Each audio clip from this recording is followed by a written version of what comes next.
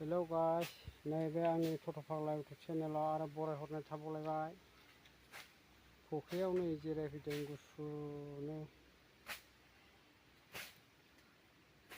नायलां, नै हाग्रा गैया, लांदां जाजोब्बाय। जिरायनो गुसु मोजां जाथारलायबाय।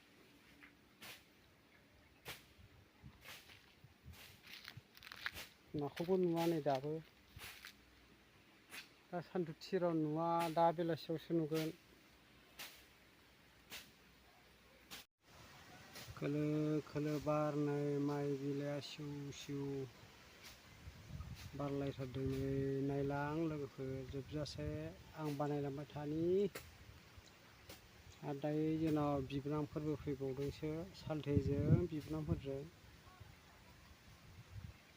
थांनोसै नै जों दा। नै बिफाङावसो बिराद बरिया बार नाङो नै लोगोफोर, फुख्रि सेरावहाय। हाग्रा गैया, नै लांदां। बिराद गुसु बार नाङो, गोजोन थाजिम मोनलायखायो।